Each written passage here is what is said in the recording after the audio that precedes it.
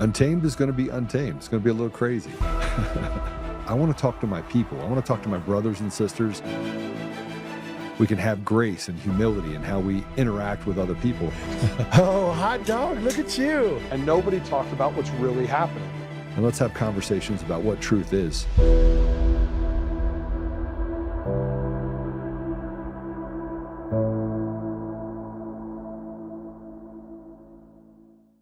Well, welcome back. I know that I haven't been here for the last couple of days. Can you make it so that I'm not like a big head in the middle of the screen by any chance? Just make it a little bigger. Can we do that? I literally feel like I'm in the middle of the screen. Anything to make me look like I'm not just a big head, big bobblehead. So we have a guest today, Mark Cook. We've got a lot to talk about today. And one of the biggest things that we're going to talk about is what is happening with election fraud. What's happening inside of the state related to Eric Coomer, Dominion Voting Systems, what they're doing in Georgia. What they just announced, they're going to have a meeting with all the Secretary of States in all 50 states with Tulsi Gabbard. They're going to uncover the evidence related to the election fraud in 2020 and the fact that this election fraud has been going on down ballot for decades. And you say, Joe, how do you know that? Well, vindication is a great thing.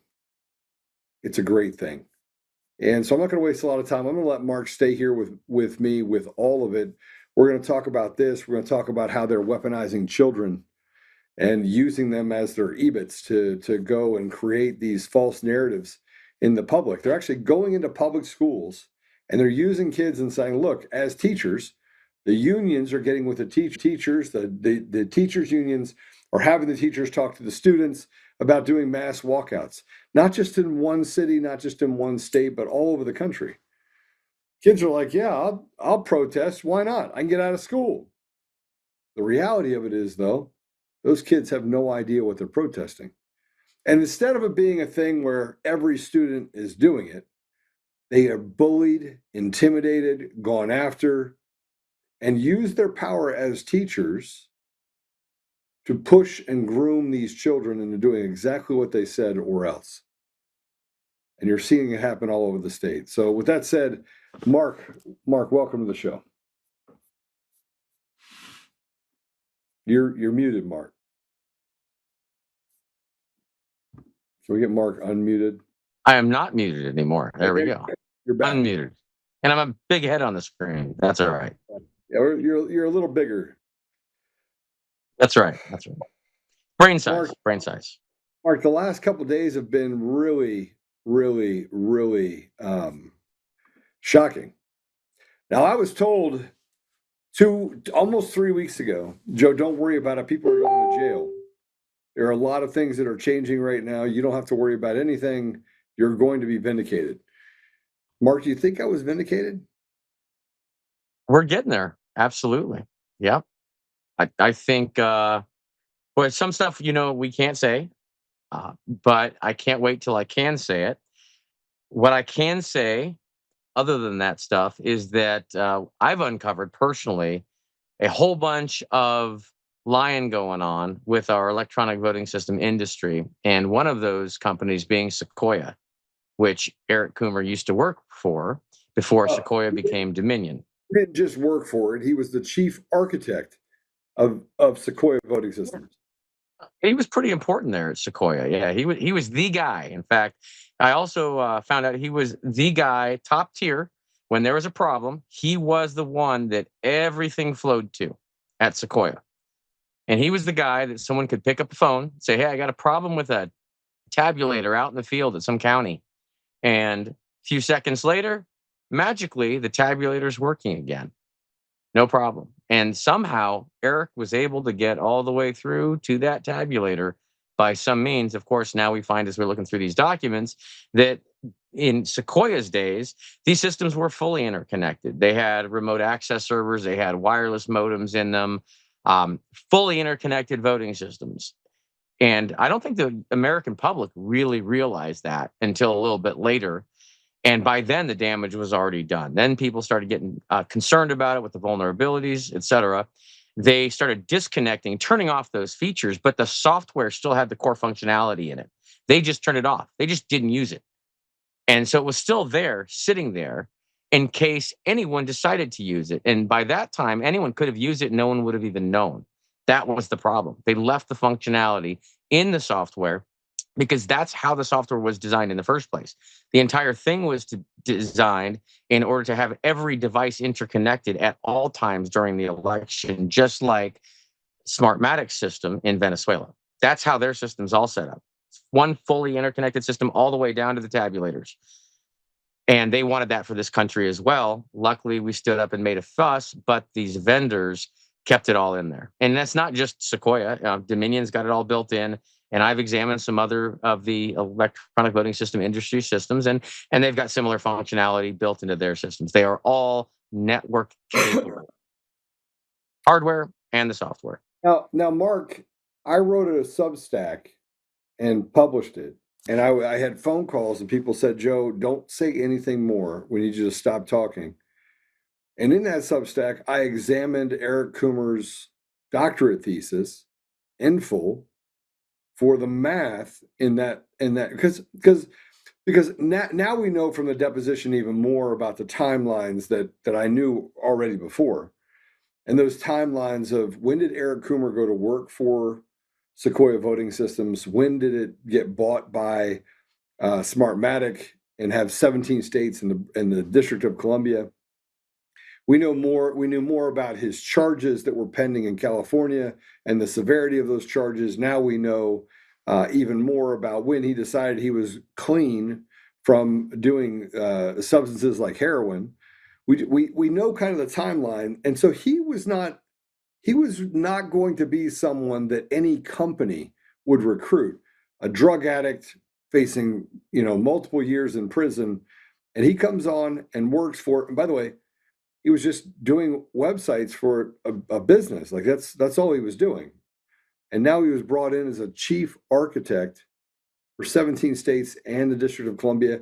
And almost immediately, less than a year later, CFIUS was investigating Sequoia Voting Systems for some really bad behavior. So there's a mountain of evidence that surrounds this guy, Eric Coomer. And I still go back to the part where I think it was Providence that Eric Coomer felt like he should get on a call.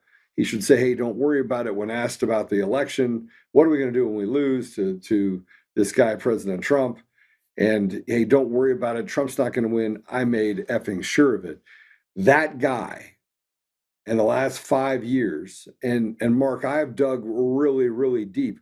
So it would have been different had it been a different guy. Had I not been a system architect, had I not understood the systems related to how you build systems, if I didn't have two tech companies, I'd be a different guy. Because at that point, it would be Eric Coomer just having a conversation and, oh, are you sure it's him? And people tried to convince me that it wasn't Eric Coomer, right? They're like, Joe, you really should say that I'm not sure. From the beginning, people were telling me this. These are lawyers saying, give yourself some room. Okay, but I didn't need room, right?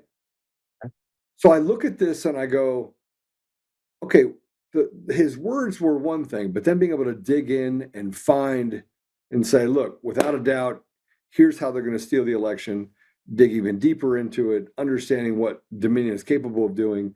You have done this. Jeff Lindbergh has done this. We have Ben Cotton that has done this. We have the ASA group that's done this. I could just keep going down the line. You have Jim Penrose, again, another system. He's not just a system expert. He is a cyber expert and understands different intricacies. All of these people have reiterated the same thing. Jeff Lindbergh worked for Sandia Labs. You were an IT expert, been doing this for over 30 years. There's just a ton of people that have institutional knowledge, and that knowledge led to these systems. For 5 years, we had to say it.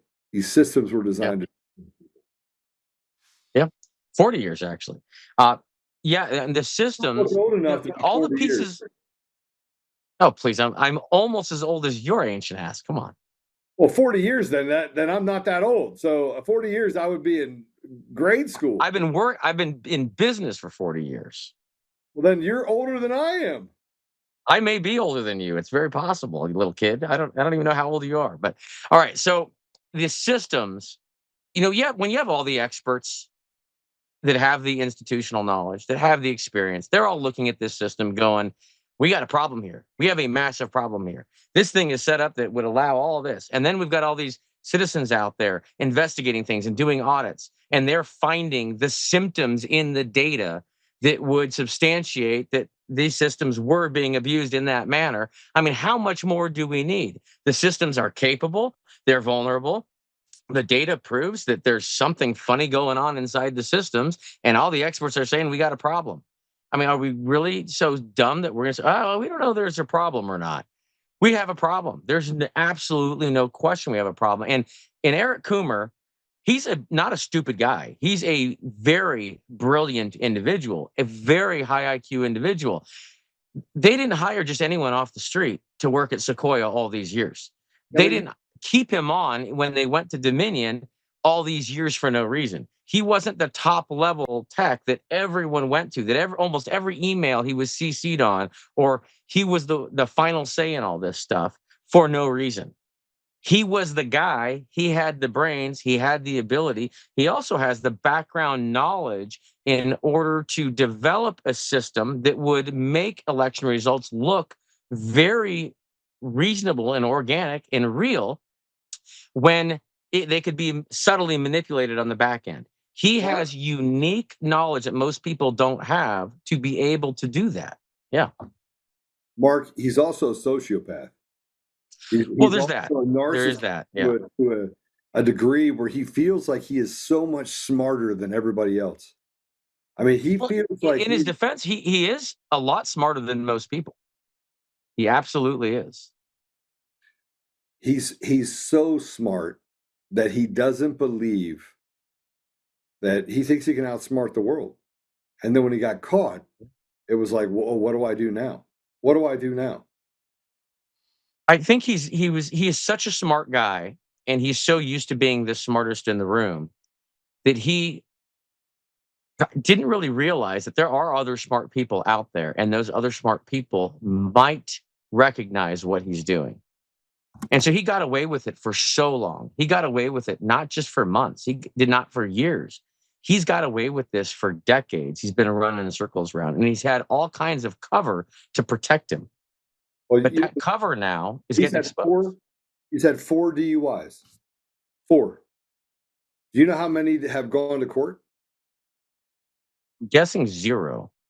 0. Do you know how many show up on his record? Probably 0. 0. And that, by the way, includes one where he ran into a building. I can't tell you what happened in his deposition. I can tell you this.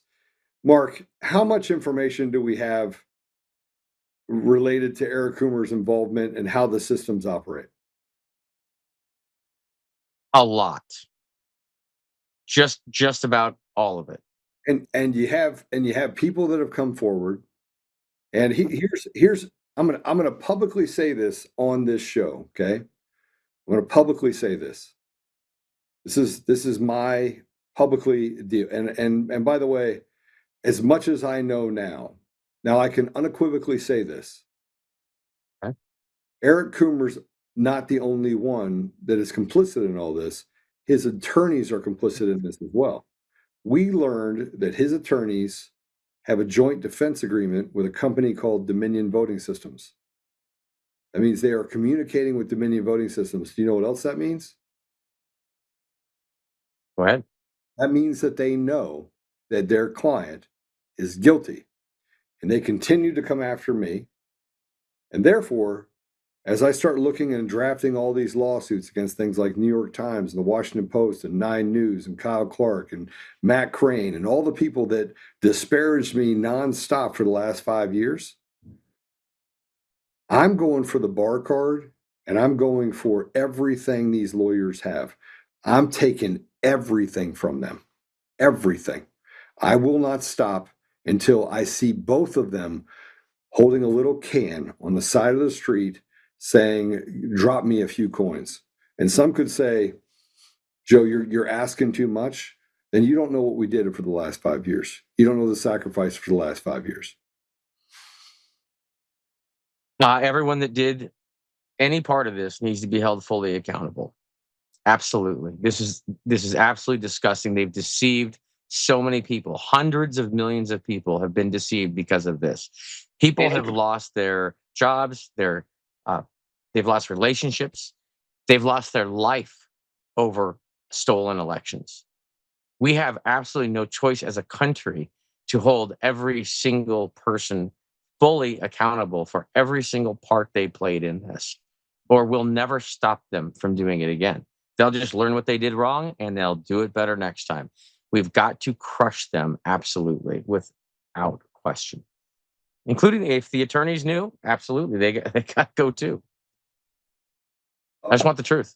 I will tell you this. I have had multiple conversations and I watched the deposition and I could see what the attorney was doing, what Charlie King was doing when Eric Coomer was answering.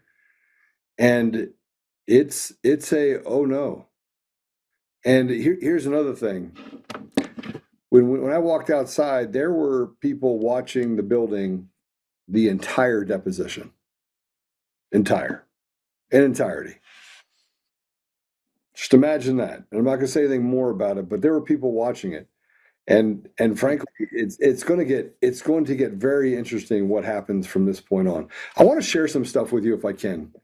I put up a couple of posts, right? And I'll start with the first one and get your thoughts on it. Here's a quote from Emerald Robinson. Now, these are things that we know. And I'm not going to tell you how we know these things, but I said Coomer is going to jail. His lawyers will probably follow for propping up the charade. And Laura Logan sent this as well. This is huge. Breaking: federal investigators have found massive alterations to Dominion voting machines that were secretly inserted after the certification process was complete. On average, about 500 illegal DLL files have been found on these confiscated machines. That means certification was invalid. Can you tell everyone what a DLL file is? I mean, they're on pretty much everything. What are they? Absolutely. So DLL stands for Dynamic Link Library. And all that means is very simple. When you have a program, and let's say you have a program that does a certain thing as part of what it does, and you have different parts of that program that all want to do that same thing. You'd have to take that same thing, that same block of code, and duplicate it all these times, normally in the old days.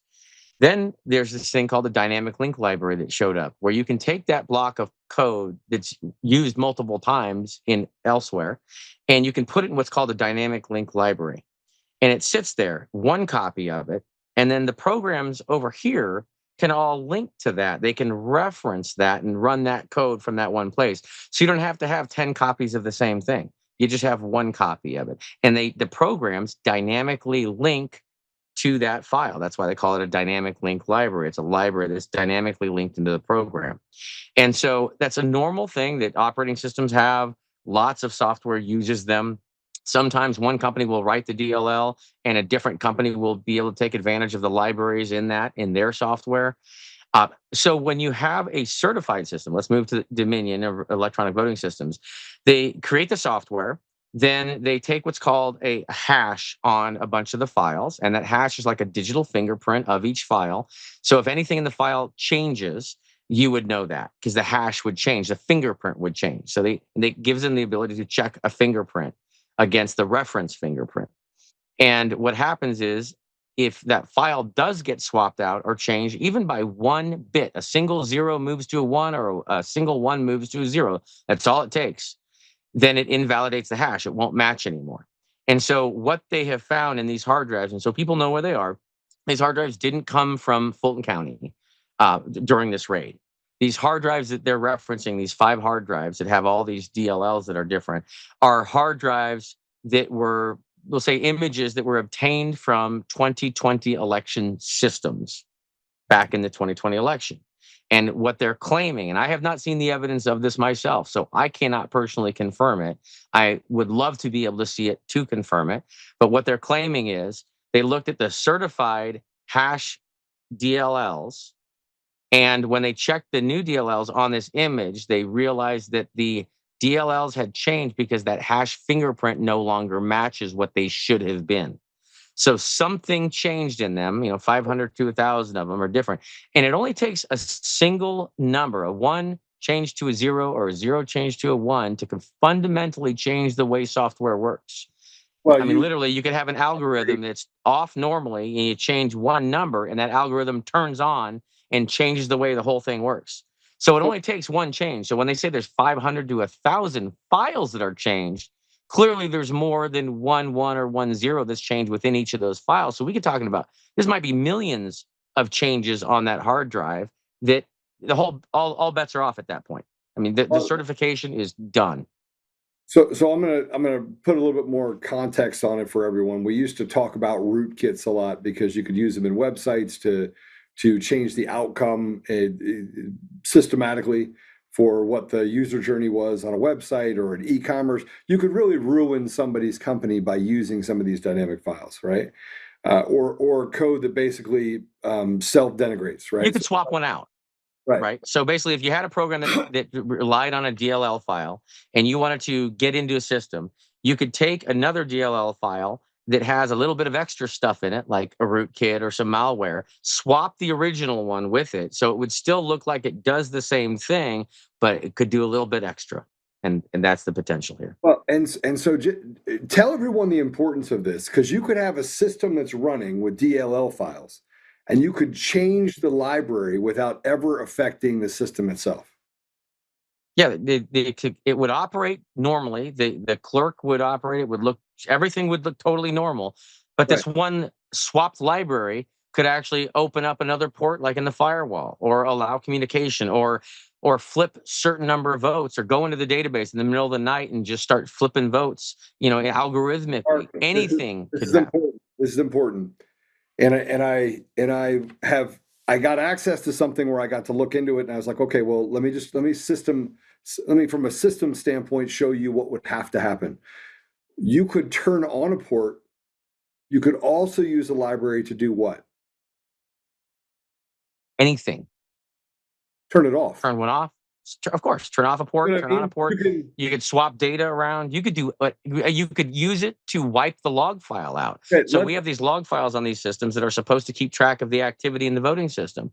If you swap the DLL out, you could easily squeeze another procedure in there that just cleaned those entries out that would basically cover your tracks. All doable, anything doable. As in the background, if you could do me a favor and find me my model that I took to Washington in December of 2020. Mark, I said this before. You and I got on this show. We talked about putting in a drive. And I said, Mark, you don't even need the drive. That's one way to do it. You plug in a drive, looks like a thumb drive, because some of the systems will run on thumb drives. If you change over 500 DLL files, right? If you change 500, let's say you changed 100. You change one. Change one. That's all it takes. So that's what you could fundamentally. Uh-oh. What? There we go. You could. I lost the connection for a second, but yeah, it just takes one file. You could fundamentally change the entire way the system operates. And if you had something like an ADA compliance, where the system is designed to manufacture a ballot out of thin air. Remember, let's go back to what happened in Georgia, where we showed that the circles were filled out the same way in multiple batches. It's important that we put all of this together and start looking at collectively how the system was used in this environment. Forensically speaking, and this is what I spent most of my time kind of making sure that I could draw out. If I put little parts together and I'm drawing out those parts, I wanted to look at what part of this system was manipulated and what did they use to manipulate it. So the adjudication process is super important. So as you look at this model, Mark, put us next to it, by the way. Hey, look at this model.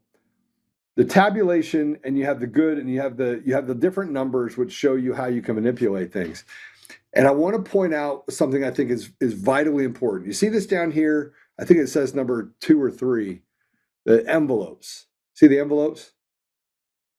Down here at the bottom? Yep. The envelopes themselves, we've never gotten access to the envelopes. So we have all these massive numbers of mail-in ballots that basically inside the tabulation machine, there is a function where you can suspend ballots. You can put ballots through, you could suspend those ballots. You could even suspend those ballots in time, and then if the system went down and come back up, you could then assign voters to them once you know who already voted. You'd also know who didn't vote, and you could have this internet connection. I actually don't believe you need an internet connection, but you can have an internet connection. That internet connection on the side, after it goes up and the system comes down, they know who voted, they know who didn't vote, they can take the didn't vote, and they can attach those to actual ballots that were manufactured. There were phantom ballots, that were fraudulent ballots that just showed up. If you Now, it's important for people to understand the Dominion voting system. They'll tell you that it doesn't have anything to do with individual voters. It just counts the ballots. But what people have to understand is when we're talking about like this diagram, this does not mean the Dominion voting system diagram. This is the election ecosystem, which is comprised of by the tabulation components, which would be like Dominion, the electronic poll books, and all these other components. They all work together to be able to, I guess, activate this type of manipulation. They all work in concert with each other, or they can work in concert with each other. And yes, absolutely, you could bring ballots into the system under these voters, and then once they're in the system, if you still have access to the system that kept track of which people voted, which would be the validation systems or the voted list, voter registration system, the signature verification system, et cetera, you could then just swap that voting credit from one voter to a different voter very easily. And if you look at what happened in Texas, where we caught them changing the entries in the electronic poll book system, they were actively inserting entries in the electronic poll books. They were watching while you were watching. During the election, when no one was even walking in the room. Then 2 weeks later, when I was in the election department in Dallas County, and I was touring that election department myself, and I saw all these systems up on the shelves. All the poll books were on shelves all the way through this building. I mean, it was as far as the eye could see poll books. And I've got pictures and videos of it as well. I'll have to show you. But I've got all those here, and I'm sitting there looking at them, and the numbers are still changing on the poll books. It's 2 weeks after the election. And the numbers of check-ins are changing. The number of registered voters are changing. It's all fluid 2 weeks after. And I asked the staff there, why are these numbers changing? And they looked at it and said, well, we're told by the vendor that they're synchronizing. I said, what do you mean synchronizing? Well, they said the bandwidth was too low during the election. So we're told by the vendor we have to leave them up on the shelf and plugged in and online on the internet so they can synchronize after the election. Okay, the election was over. The election results were already out. So what they were doing is they were moving voters around from precinct to precinct within their database on the cloud, and all the poll books, because they're connected to that cloud database, were just synchronizing the changes back down into the poll books. And they were doing that most likely to massage all the data so nothing looked like it stood out anywhere, blend it all really nicely before all the reports and the certification were done.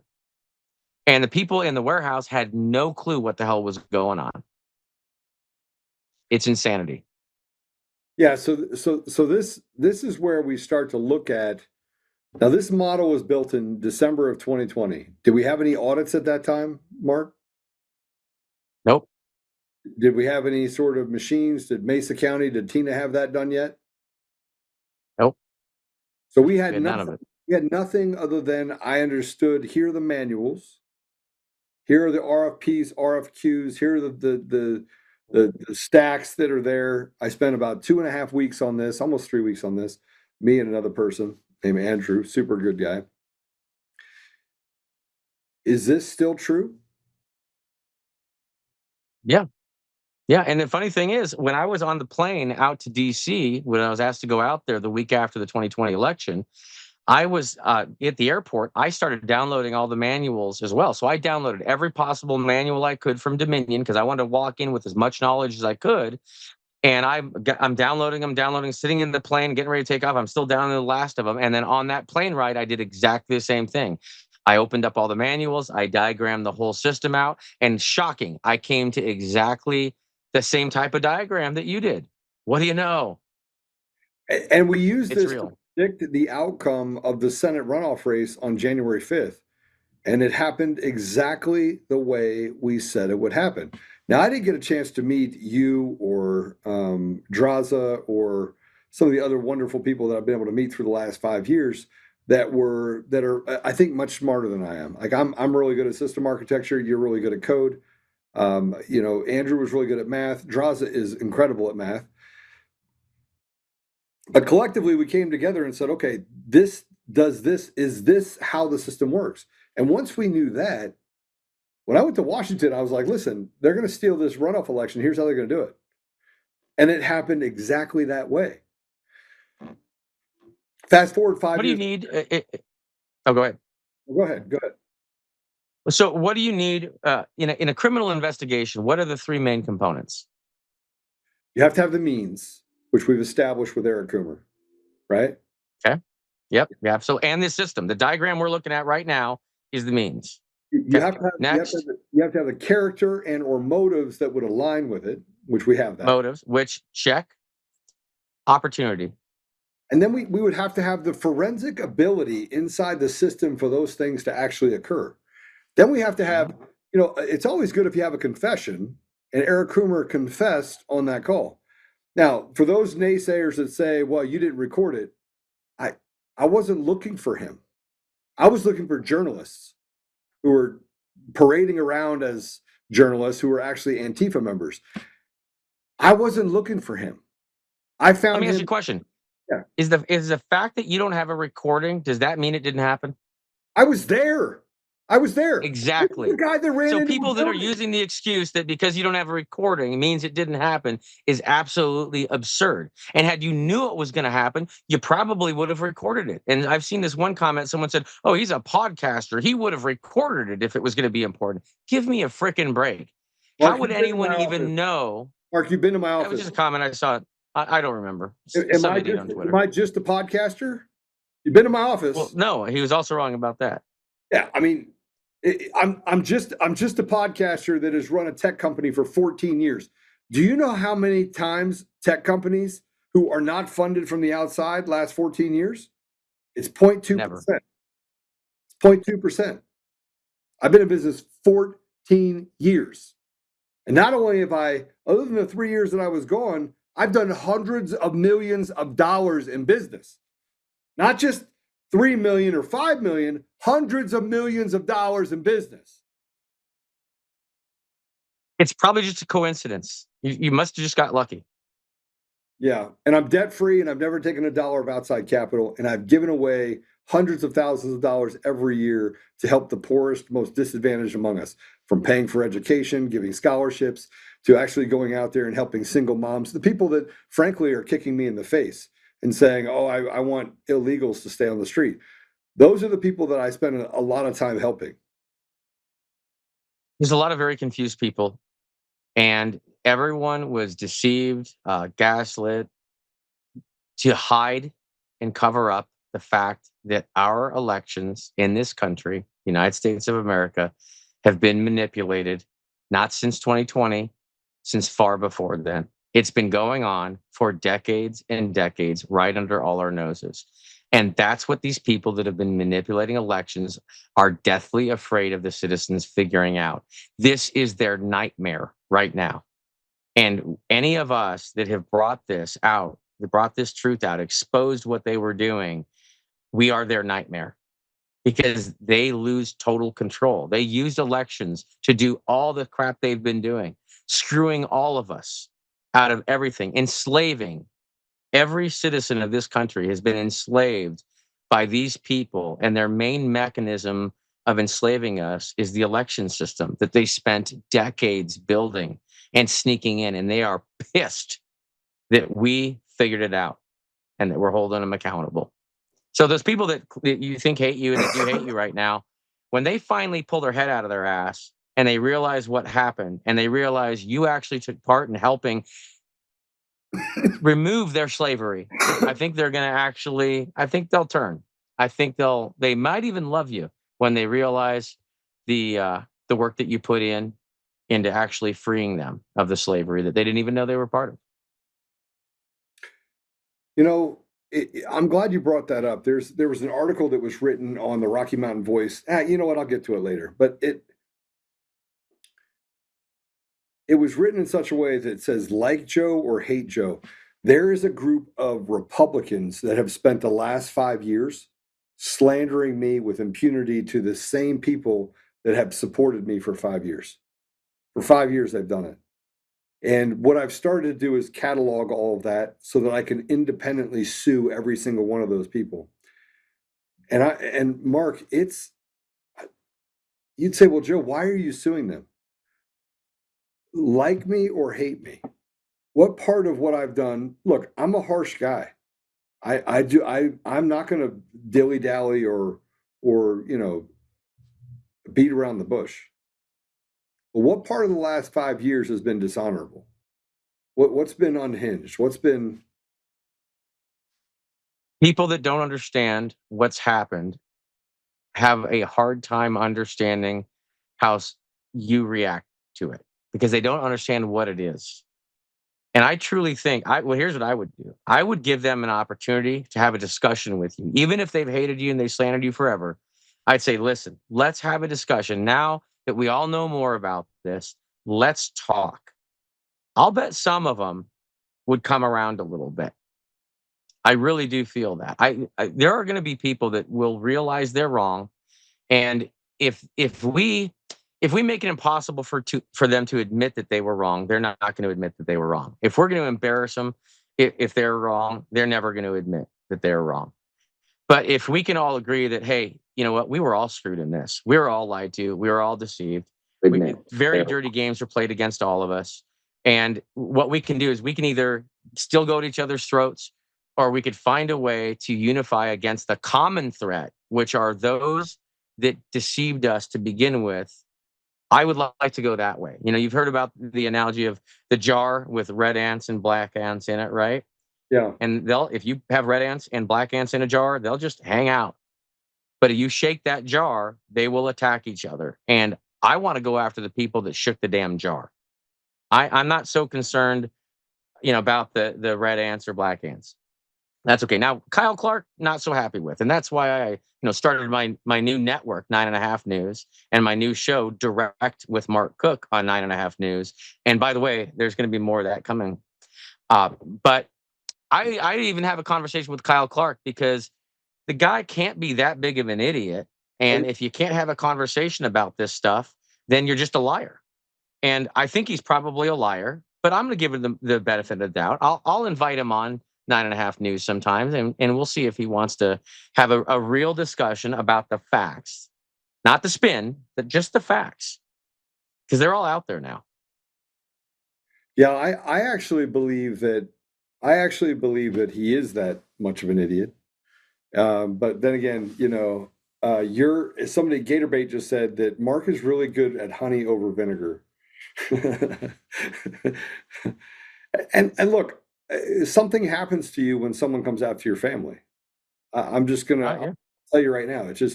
It changes you. It makes you want to hurt people, right? When someone tries to go after your wife and your children, it makes you want to hurt people, which is why I think the whole thing with Victor Marks saying that I threatened or went after his family, the absurdity to it. I didn't even hear that. Oh yeah, it's crazy. The guy literally he says he's in this fight for Jesus, and he runs around the state having his campaign managers and people like that threaten people. And I'm going to read it on the show today. Threatened people with, you better not have Joe show up and speak. If you have him show up and speak, I'm never coming to your place. You're not going to have a debate if Joe Oltmann is there. I mean, these are people, this is all run by. That's really bizarre. What's more bizarre is a guy named Sean Towner, who's tied to a guy named Bill Owens, who is the king of, Bill Owens was the governor. He runs basically a cartel-like group behind the scenes and tries to basically decide who gets to get into office and what office. And he makes sure that the machine destroys everybody else. But here's the thing. Bill's a coward, like the rest of these little you-know-whats, right?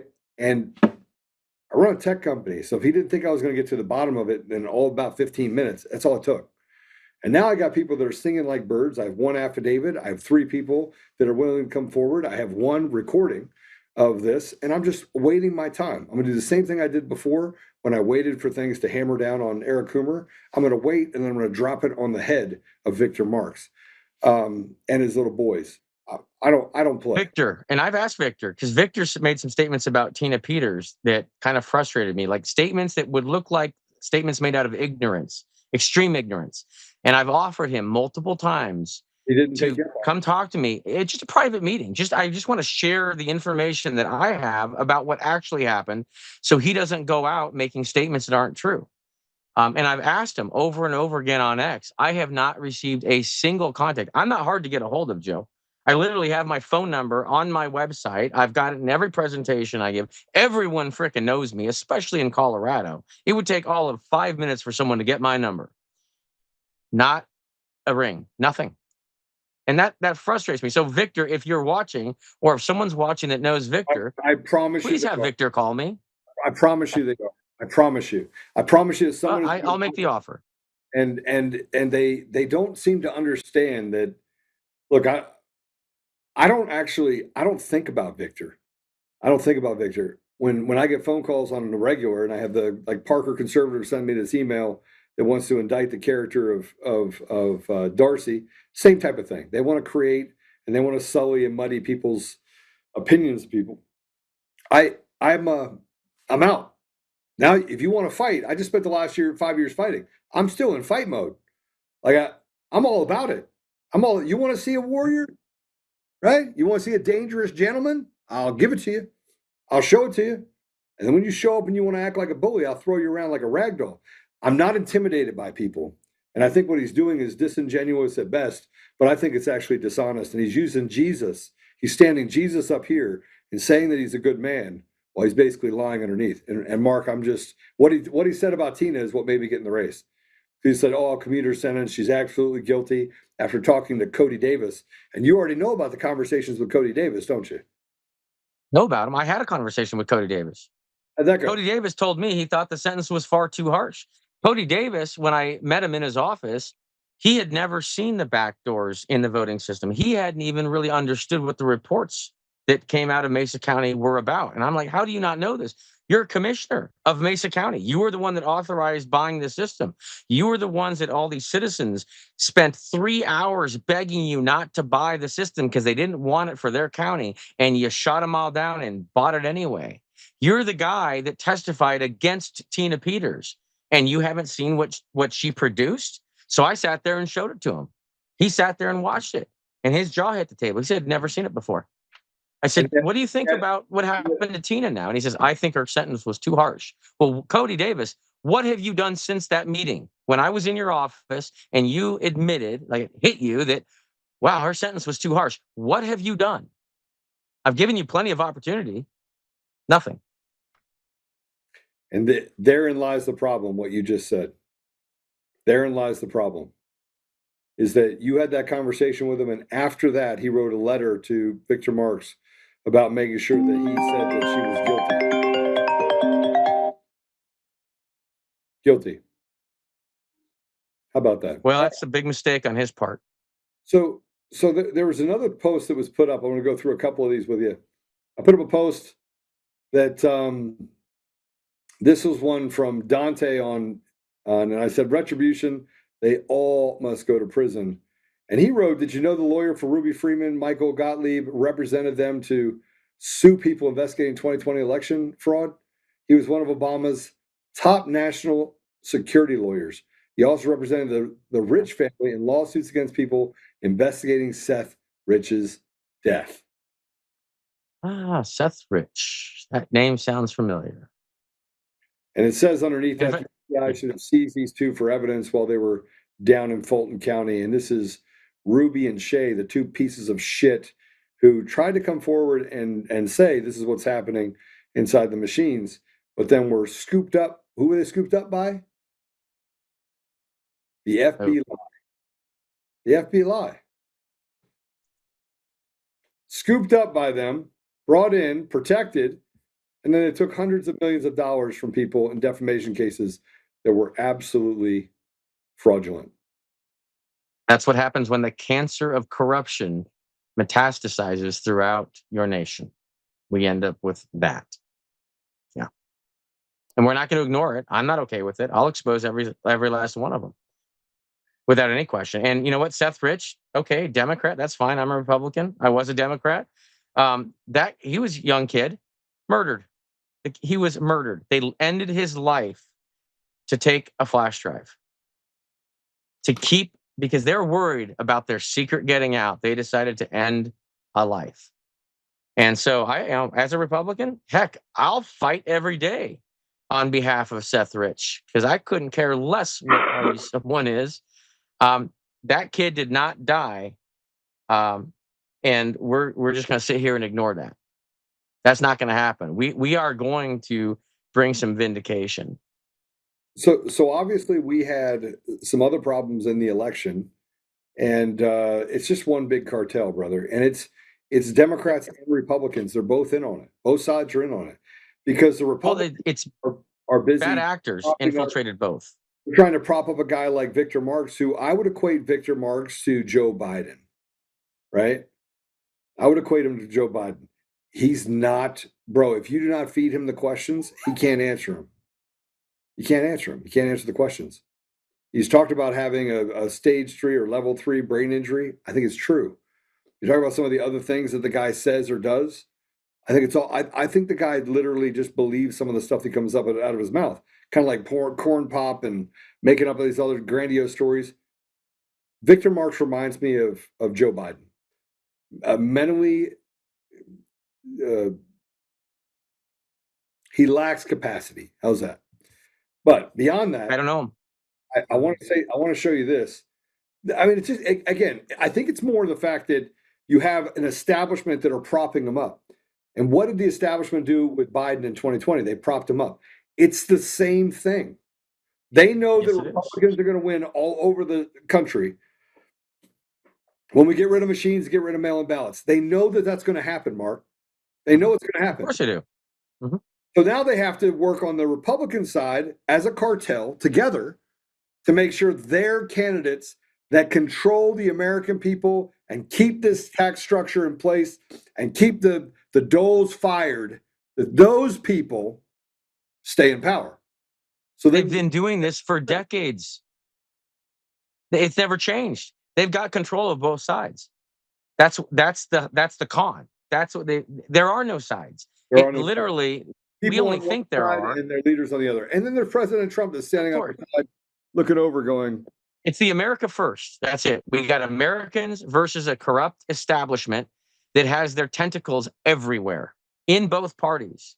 The party structure may have existed at some point, some decade ago, multiple decades ago. It's possible. But of course, what they did, if you're a bad guy and you want to take control of something, you can't just go grab it, because usually people kind of object to that. So what you do is you infiltrate. You infiltrate every organization, every agency, and you subvert it. And they looked at the parties and said, oh my gosh, the parties have really a lot of control over which candidates run. So the smartest way to start taking over is take over the party apparatus, so you can then change and manipulate what the party does to control the candidates. And then you take over this agency and that agency. That's all they do. And it's not like they had a new idea of, oh, let's find our candidate and put him in here. Yes, I do think the whole country is going to start going toward the right. I really do. When we have fair elections, everyone's gonna start moving to the right. So what do they have to do? Because if they lose control of the system, the mechanism of measuring the will of the voters, what they've got to do is they got to take control of the candidates. And you are absolutely right. They will find candidates and they will put their candidates in both sides. They'll put their Democrats in, they'll put the Republicans in, and they'll feed them all the money and the support, and they'll tell them what to do. And then they'll get them to win, and then they've got control of the people again. It doesn't matter what people wear here. It doesn't matter if you say you're a Democrat or say you're a Republican. And both sides do this shit. In Republican areas that I go to, there are Democrats that'll run as Republican just to win, because they know they can't win as a Democrat. Likewise, I go to Democrat areas, there's Republicans that run as Democrats because they know they can't win as a Republican. Everyone's cheating the damn system. That's what pisses me off so much. And then, if we don't have control of the software that actually counts the votes, well, all bets are off at that point. Yeah, it just keeps getting worse. We have this too, by the way, and Mark, you're right. But now that we know that this is the actual outcome, we know what they're doing. You still don't see the appetite by the Republicans to fight against it. It's as if we're back in the same swimming pool of Stockholm syndrome. Like people not really Which Republicans, though? I'm sorry. I'm talking about Which Republicans, right? People, just average, everyday people that are out there are walking around because they don't know. They don't know the truth. Well, they do know the truth. They do know the truth, but they don't want to believe that a system could be so rife with corruption and so rotted to the core that it would do everything it could to kill off those people. And that's what's happening. That's what's happening. They don't get it. They don't get it. Now, it doesn't mean they're not going to get it. Every day, this Overton window moves. And so what I was explaining on a call this morning with some people is our audience keeps changing. Our audience is getting larger. And when we get some new people that come into the audience, they aren't up to speed yet. They don't know what happened. They're interested. And so we have to perpetually educate our new audience members so we can get them up to speed to understand what the heck's going on. So that's one of the biggest jobs I have is I try to find those new audience members and get them up to speed quickly so they can understand how this whole charade works, where all the strings are in this puppet environment that we're in. And so they can understand the issue. Therefore, they'll understand what the solution is. But if they don't understand what's going on, they're not going to be pissed about it. They're going to be clueless. And that's what, of course, those that manipulate everything in our society, they want people clueless. And that's why they've tried to take control of, why do you think Google controls your search results? Why do you think they hyper target certain people to show them certain things, to get them to think certain things, to get them to do certain things? It's all about control. And, AI is going to obviously be about 1,000 times worse than search engines go, but the whole system is set up to control the populace. Yeah, I mean, we all have to learn to disconnect. Doesn't matter where I go, same thing happens as far as being blocked and or suppressed on different platforms. Let's look at this. This is a post by this is a post that was written by the GOP last year, right? This is Julie Adams, the Fulton County Board of Registration and Elections, and a Republican Party appointee. Let me read this to you. Statement from Julie Adams. DOJ wrote to Fulton County in August of last year asking for the ballots. DOJ wrote another letter in October asking again for the 2020 ballots and in other records. 2 weeks ago, the FBI delivered a third letter, but the majority of the Fulton County Board of Elections literally denied these requests. Georgia State Election Board has been trying for 4 years to get the records, including issuing a subpoena for the ballots and other records. And all those efforts have failed until today. I applaud Attorney General Pam Bondi and FBI Director Kash Patel for finally searching for and retrieving the records from the 2020 election, and the U.S. Attorney General under federal law is entitled to receive and review. It is my hope that the FBI is in the process of getting every box of the 2020 election materials in that warehouse to be able to piece together once and for all the truth about 2020. I'm dedicated to making sure the best of my ability the election for Fulton counties are accurate. Let's hope this starts with a new chapter in Fulton County for transparency and accountability. Julie Adams. So this is a over 4-year fight. So this gets me to that place where I start looking at it going, did they already make the changes to the ballots? Because you see that the Democrats are starting to double down. Some are being quiet because they're like, oh, I don't want to go to prison. But most of them are doubling down. What do you think we're going to find in the Fulton County with these records? I think the most interesting thing we're going to find is what's not there. Yeah. Secondly, I think the most dangerous thing we're going to find is the stuff that is there, but that we can compare with what we already know and realize that it's been fabricated. So I think both those things are going to be very interesting, far more than what we do find. And I hope they're looking at the right stuff. I really do. And if there were any computers that were taken from there, I hope they have the right people look at them so they know actually what to look for. Please, FBI, employ not talking employ, ask the right people to do it. Like, Yeah, I think that's going to phone, right? I think that's going to be a bigger issue. Mark, they should probably give a phone call to a bunch of people. I do think that they're working should. behind the scene, and we're going to talk in a minute about that. But I want to talk about our friend, if I can, because I want to follow the flow of what they put together today for a lot of reasons. There are people that have defamed. I got off a phone call yesterday. Somebody said, "Is this guy legit?" Speaking about you. And I was like, Mark's about as legit as you're going to get. Yeah, well, she picked up the phone and called you right afterwards. You had reached out to her. And I was like, absolutely have that conversation. That's the person you need to be talking to. But it doesn't matter where we go. She had been told that, well, Mark Cook doesn't really know what he's doing. And there are people out there that are making these claims, and they've been making these claims for 5 years. I've been defamed up one side and down the other. It's not really about me, but it is about the process. It is about what we know about those individuals. And his name is Jovan Pulitzer. Oh boy, I've never heard of him. Who is he? Yeah. So there's a group that says that the call never happened. So I'm not going to put the post up. It's on my X if you want to go look at it. And they've started this campaign directly tied to a guy named Jovan Pulitzer. Who's Jovan, Mark? The guy. So here's how I look at that. When you've got truth tellers and there's a group that's trying to disparage the credibility of truth tellers, I would be very concerned about those at the head of the efforts to disparage truth tellers, because that brings them into question. And I'm not saying he's doing that, but whoever's doing that, I know who's telling the truth. I know who's got the evidence. I know who's legitimate in this. And I do see there is a group of people that are spending all their efforts to try to disparage the good group of people that I know. And thank you for doing that, because it makes it really easy to see who you are. And believe me, I know who you are, and I have files on every one of you. And that's not the end. That's just the beginning. That's all I'll say on that. Yeah, so let's talk about this for a minute. How did we find Eric Coomer? He wasn't public facing. Okay. Mm-hmm. Right? It was stupid. It wasn't public facing. So let's hypothetically say that he says the call never happened. He wasn't on it.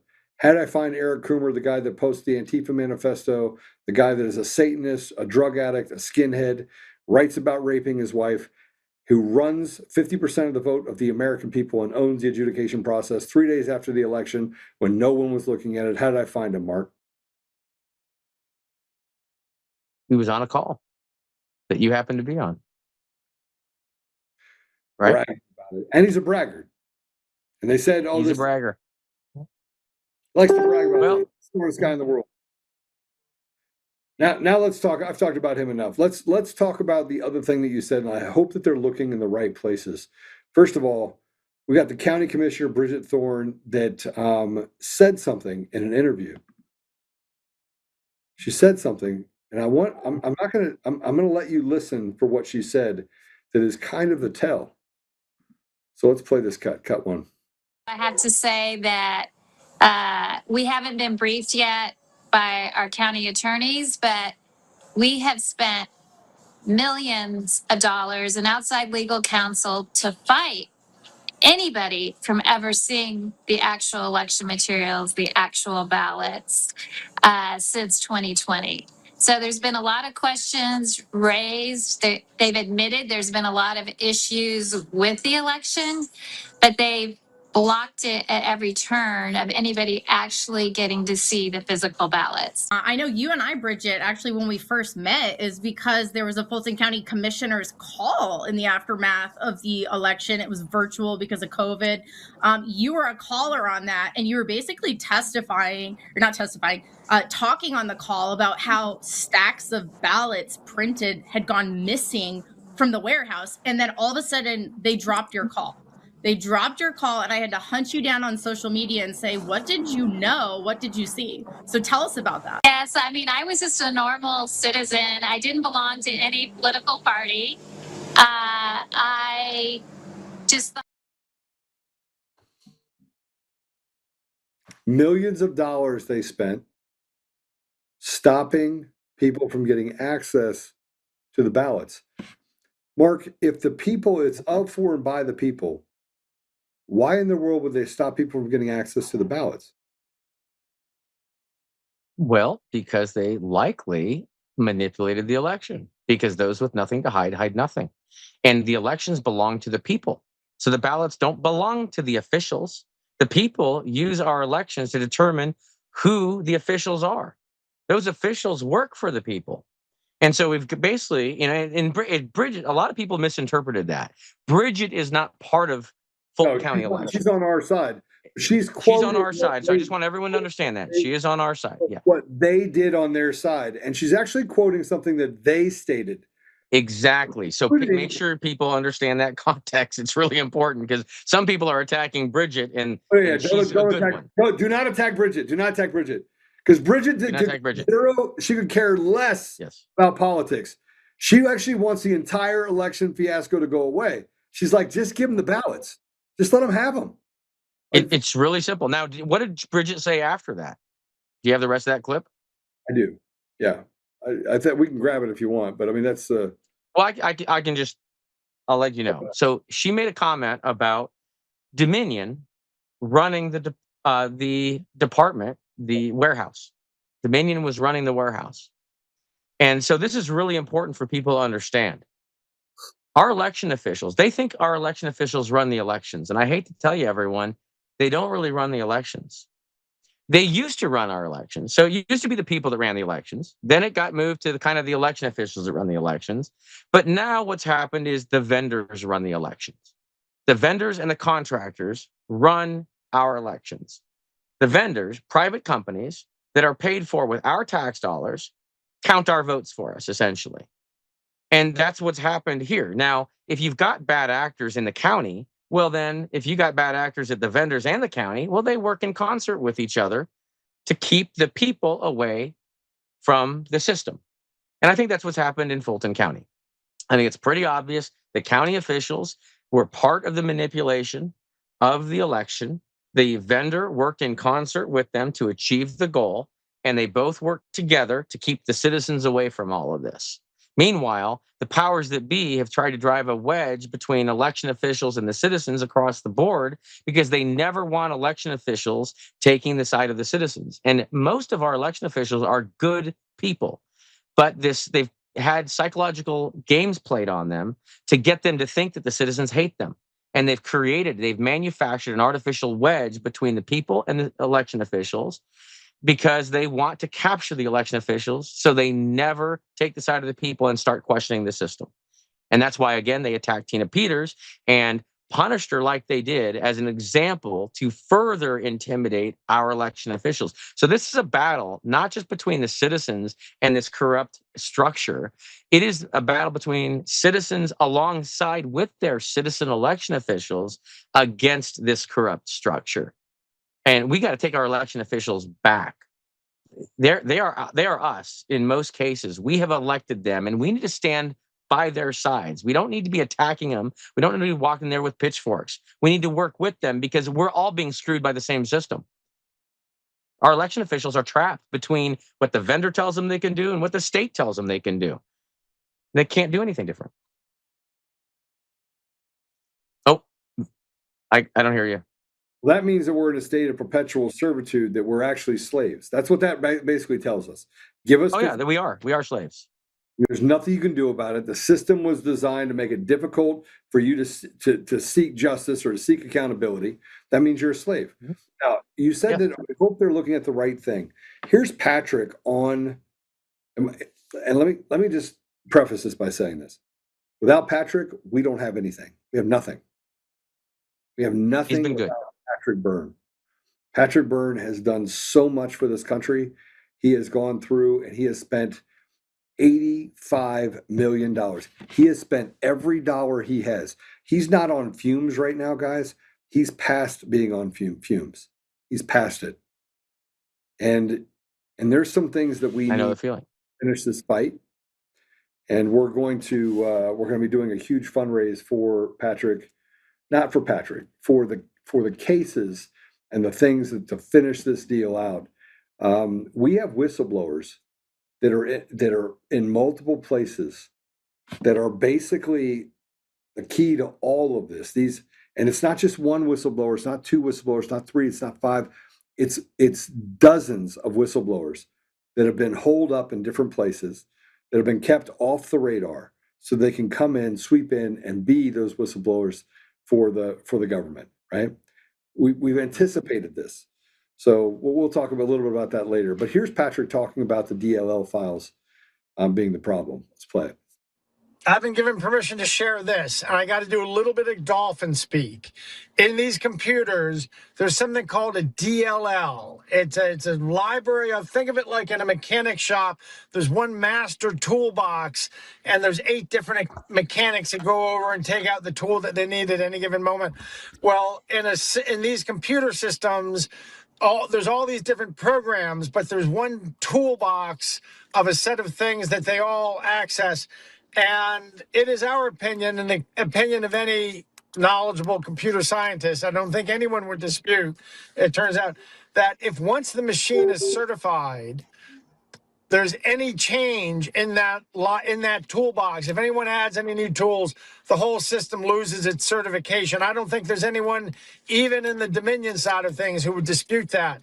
I've been given permission to reveal to you that we've actually secretly obtained 5 hard drive images from 2020. The bad guys don't know which 5, but we can tell you in each one of them we have found an average of 500 changes to the DLLs after certification, and as many as 1,000. Any one of which violates. All will agree that any one change violates the certification. There's an average of 500. And my guess is there's some government computer scientists opening up the Fulton County hard drives this morning, and they're going to be finding records that show from 2020 that show there were hundreds of changes to the DLL, to that library, to that toolbox after certification, even one of which throws the thing out of cert, because that's where you put it's the most important thing to own if you're going to be putting in bugs. It's so I'm very confident that's what they're finding this morning in Fulton County, Georgia. The government scientists somewhere nowhere else, which means the whole thing it's so illegal. I don't know if I'm getting across how bad that is. That's really bad.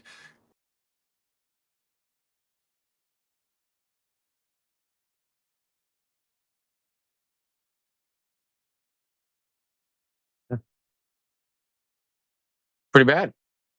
If that's the case, absolutely no volume for me. That's going to lead us to the other part, which is, why is Tulsi Gabbard involved? I would say, as head of DNI, that Tulsi might be involved because there may be a foreign component to this. There's more than just a foreign component. Eric Coomer admitted that he gave foreign actors, one of which his name is Garan. Garan was the special operator of intelligence during Kosovo and leading back to Serbia. Now, we've talked about some of the Serbian connections related to a network of trucking companies and things like the trucking companies that were used all over the United States with a Serbian network. And then you have Dominion, which, by the way, was never a Canadian company. It was a Serbian company that then put roots into Canada. Garan was the CEO of that company. He was also the CEO of CC, right, which is an organization out of Canada that looked into and was involved in elections in Canada. And we saw what happened in Canada. People there feel like they're being held hostage there. Well, and they are. Yeah. They got the same problems we do. We're a little bit ahead of them. That's all. But they're getting the tentacles of electronic voting systems are entering Canada right now as we speak too. And I've got Canadians that are contacting me saying, do you think we might have the same type of problems here? We're starting to see this. And I start looking at their news articles and talking about glitches here and there in their system and how the hand count didn't quite match this because someone programmed this wrong. I'm like, oh, yep. Those are the signs. Those are the signs. Start paying attention, boys. Okay, so then this is the part that I want to talk about. This is the need to get to the hard drives. I think we need the source code, and we need to compare that source code to how the machine's operated. And I promise you, if you gave me a little bit of time with that system and the source code, I'd tell you exactly how the system operated. Let's go ahead and play it. It's hard to convey how ugly this is. I mean, that what I just told you about that change, those 500 average 500 changes to the machine after certification means the whole thing has been built to it. You know, there could be scripts that change things and other scripts that teach the machine how to erase itself and erase the tracks and all this stuff. But you only get to it if you get to the actual hard drive and just not reading the reports. That's why these guys have been fighting teeth, toes, and fingernails against ever letting anyone do what President Trump what they finally did last night and what Tulsi did last night. She's really going to go down as the hero of the hour in the country because she's had the backbone to stand up and do stuff that other people, I don't want to name names, other people could have, but she did it. Changes things just a little bit, doesn't it? Oh yeah, absolutely. I hope they got the right people looking at it. I could provide exactly what needs to be done right now, but I'm not going to put that out in the public. But I know if someone contacted me and said, okay, let's do this, I've already got it written out. I know exactly what to do, and I know exactly what I would find, and I know how drastic those results would be for this entire electronic voting system industry. Yeah. So I want to point something else out if we can. And this is breaking. We'll talk about the machines and how it relates to Tina Peters. Tina Peters is still in jail. She should have been let out of jail. Prison, excuse me. I keep saying jail. It said prison. She's in prison. They do not have a minimum security prison in the state of Colorado, which means she is actually surrounded by murderers. And you saw that she got attacked inside of a closet, and then Tina pushed back. That attack inside the closet then caused them to want to file charges against Tina Peters, right? Isn't it funny that happened right after Polis started talking about possibly commuting her? Yeah, because within days she gets attacked. All in on it. Yeah, they've got a little organized crime. I'm telling you, you have to break this up. When I'm governor, I'm telling you, everything is going to change. Everything is going to change. But and everyone will be better off in Colorado too. Because they won't be victims of massive corruption across the entire state. Everyone's getting screwed from that. Only few are benefiting from it. And the majority of Colorado citizens are getting effed. And I think they're tired of it. All right. Well, I want to give you this update because I think it's important because the AG in Colorado, who, by the way, is subjected right now to a fraud investigation with over $15 million in bribes that were paid. Jared Polis is involved in it. A.G. Weiser is involved in it. Jenna Griswold, I call them the Synagogue of Satan trio inside of our systems. He wrote a brief, and let me describe this for you.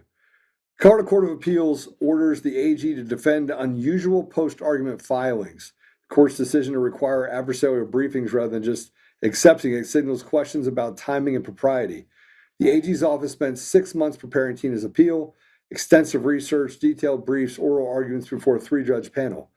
Then, more than a week after oral arguments wrapped up, AG filed erratium, claiming that I think it's erratum, claiming they overlooked the 2021 statutory amendment throughout entire case preparation. And erratum is supposed to fix typos and citation errors, not introduce new legal theories. The court didn't just accept it. They ordered full adversarial briefings, 3,000 words from defense, which is due February 12th, and 1,500 from the AG, which is due on February 19th. It's unusual because the courts routinely accept genuine corrections without requiring response briefs. By ordering this level of briefing, the court is signaling that they view it as more than a harmless correction and want to hear both sides argue whether the filing was appropriate. The timing raises questions. Did career prosecutors fail to notice the 2021 statute while preparing the major appeal, or did they just wait to see how oral arguments went before deciding whether or not to raise the issue.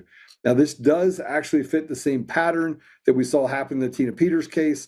Evidence was denied at trial, disputed jury instructions, limited witness testimony, and now they have this new legal argument after oral hearings when prosecutors repeatedly push procedural boundaries. It raises questions as to the prosecution's integrity, which we know they don't have integrity. We know they've done a lot to basically disrupt and the ability for Tina to have a free and impartial, to have her push at justice.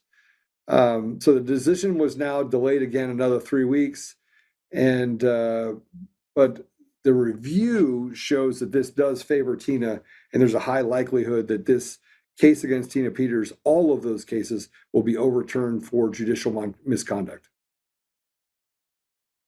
They should be, because the whole thing's rotten, and she was totally railroaded, and she was used in all of this.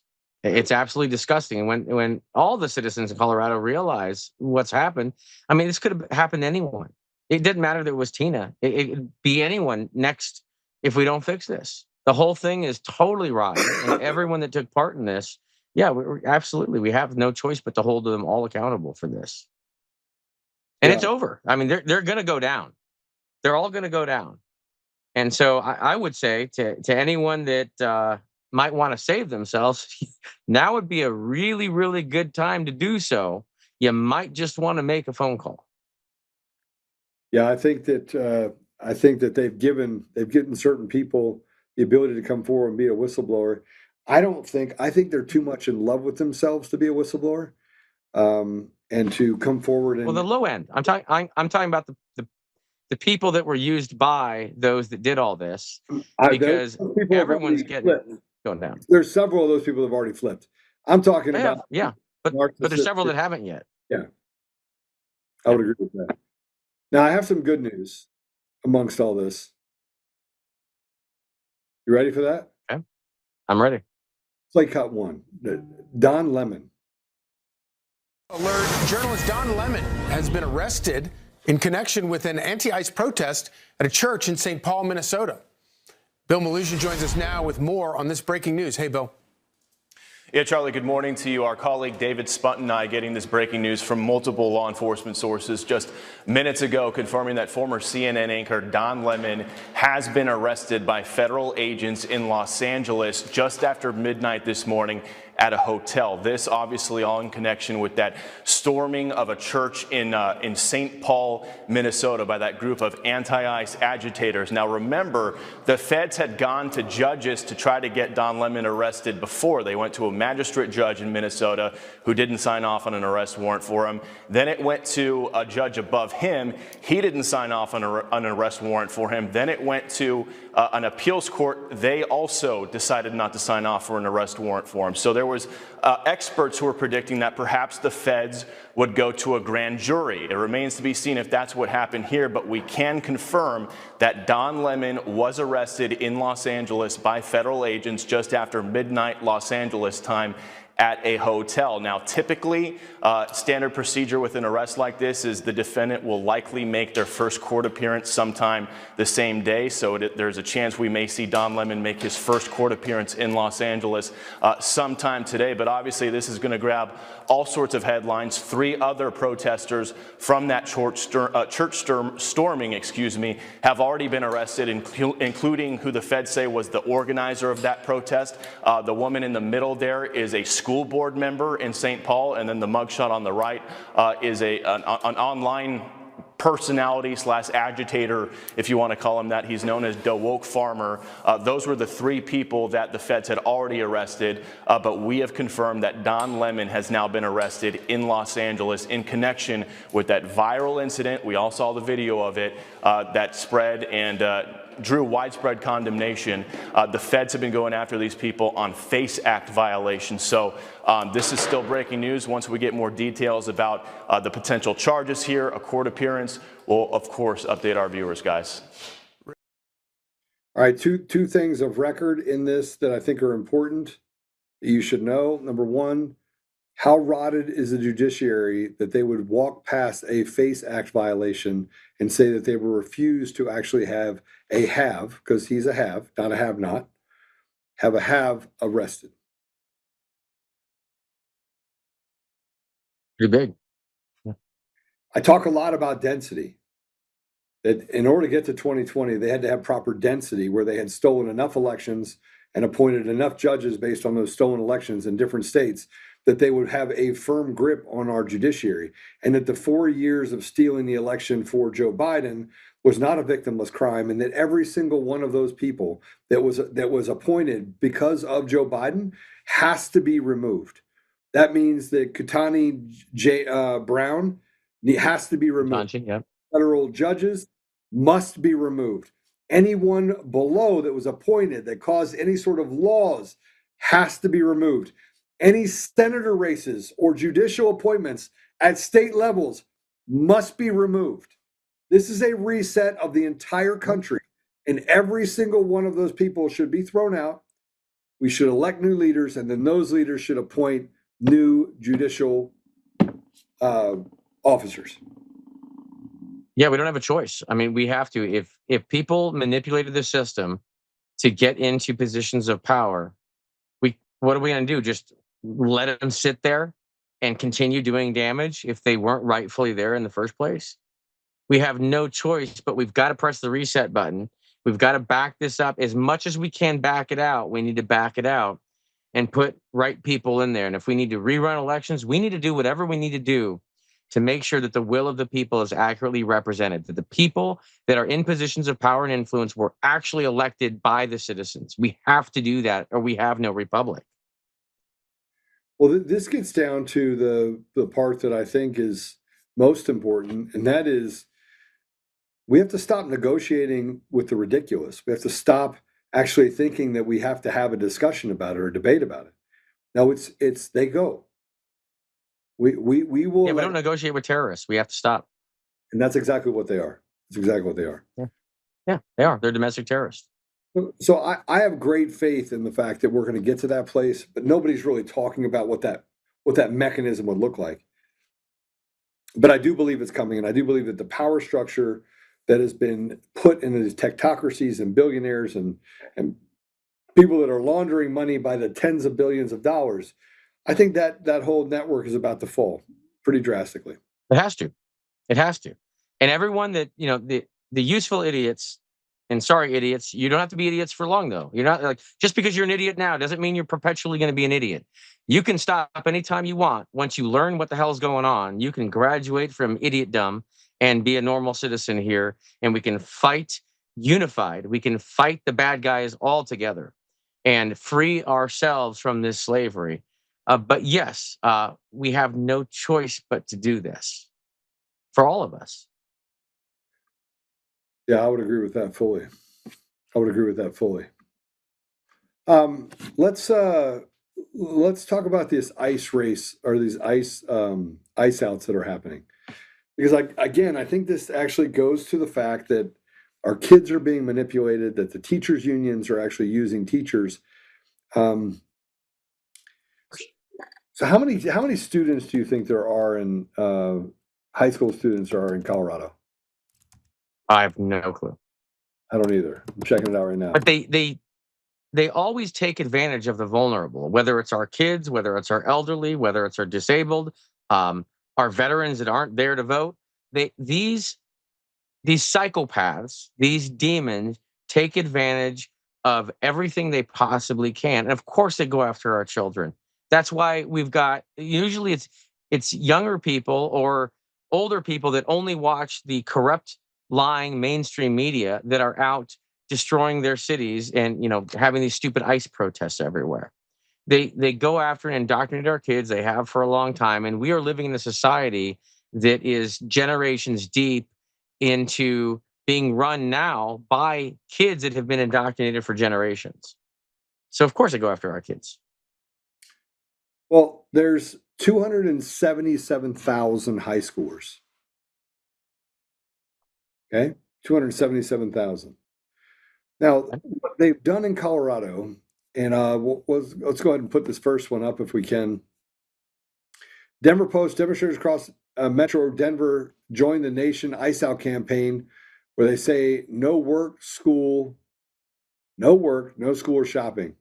It spread across several cities Friday as American protest the federal government's enforcement of immigration law in Minnesota.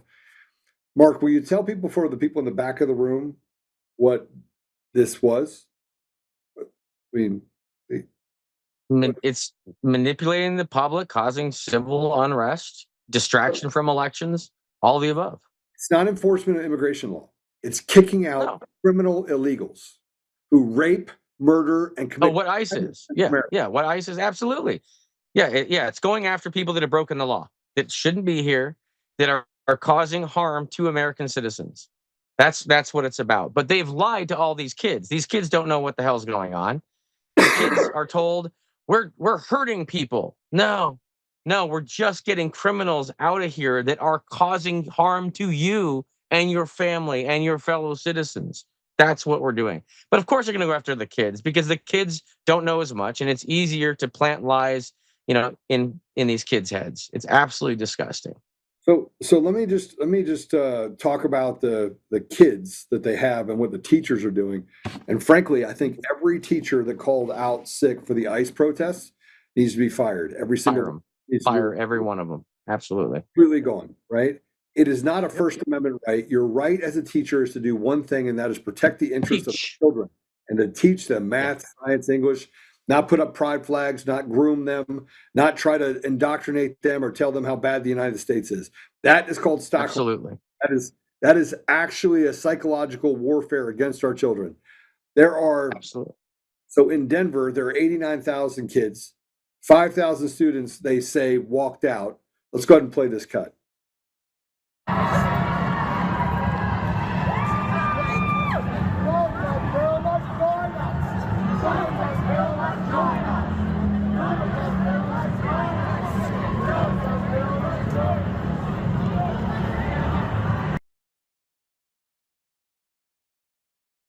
It breaks my heart. You've got radical leftist teachers that are bullying kids into walking in a rally. There's 89,000 kids, 5,000 showed up, 227,000 across Colorado, less than 5,000 across the board showed up. So you have less than 1%, 2%. Yep. Kids are starting to figure it out. And by the way, these aren't teachers. These are indoctrinators.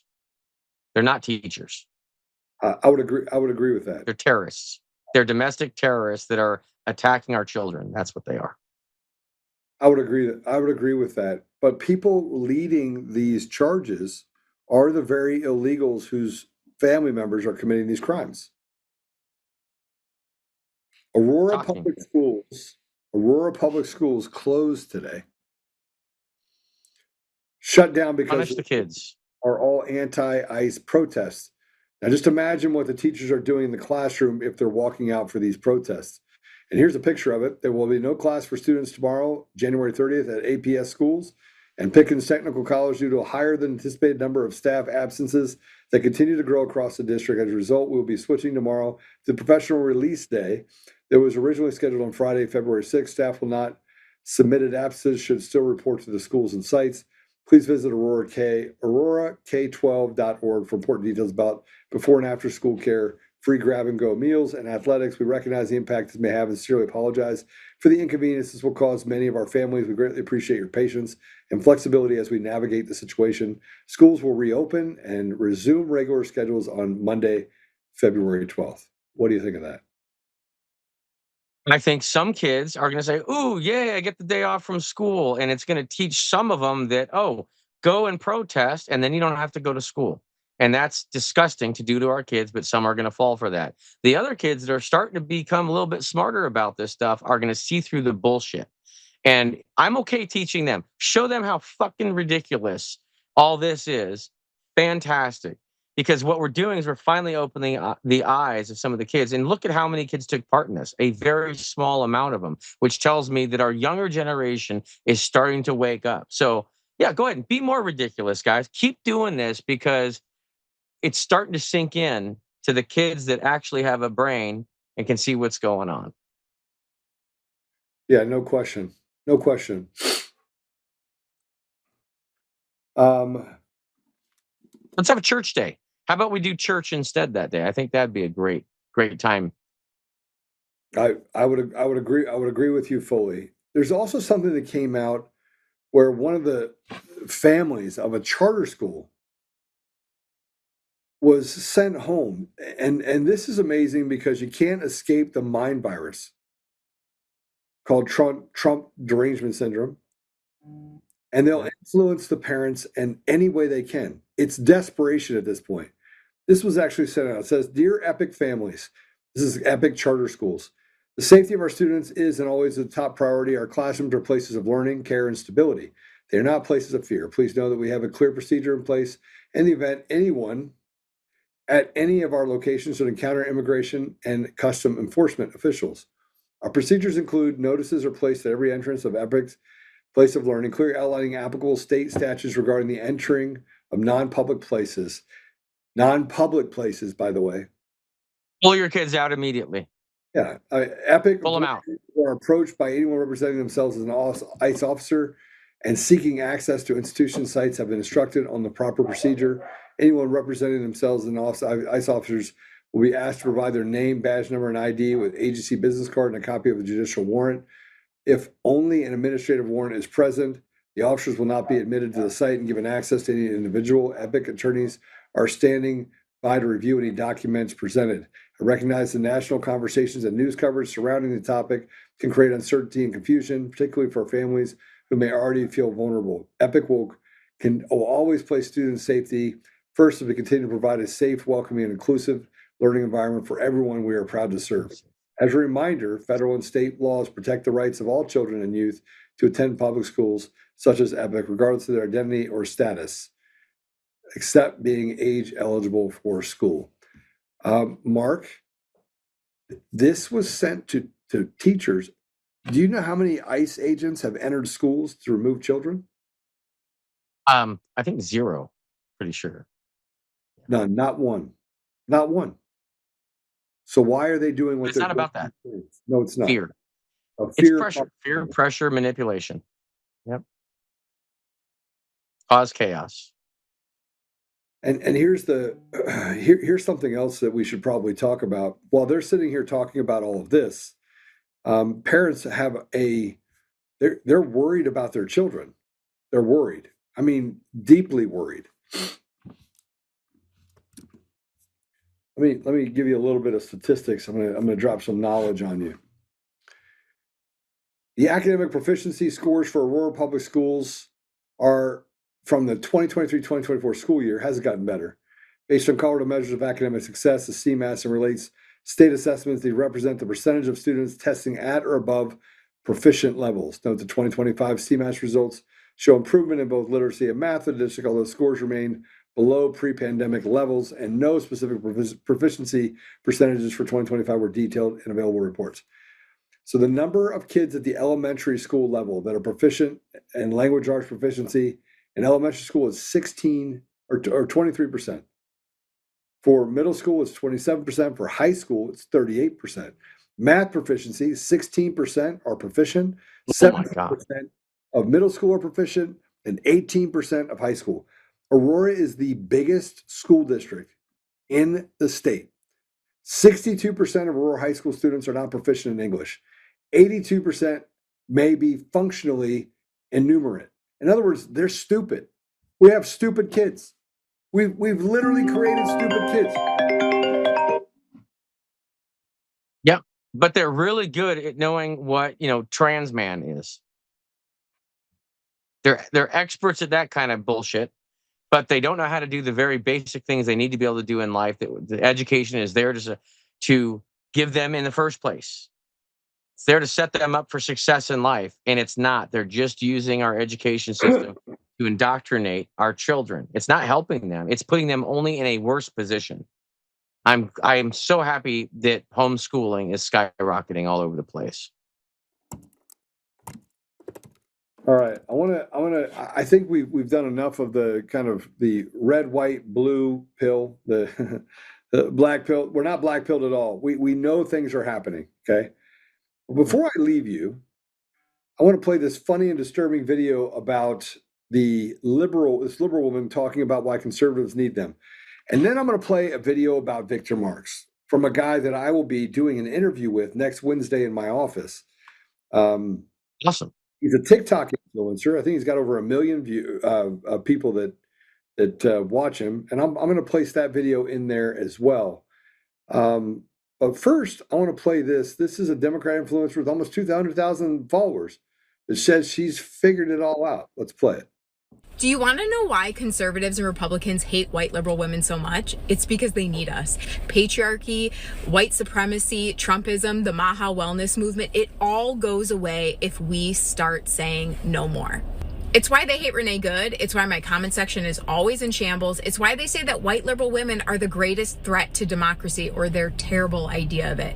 It's because when they lose us, they lose power. As soon as white women decide that we are going to stop upholding the very systems that oppress us and other people, they start to go away. The majority of white women voted for Trump in the last election. Keep getting your nails done, keep going to Pilates, keep doing whatever white girl shit it is you want to do, but don't stop resisting and tell your friends, because they cannot win without us. What do you think of that? Oh, there's a lot of stupid in the world, and lots of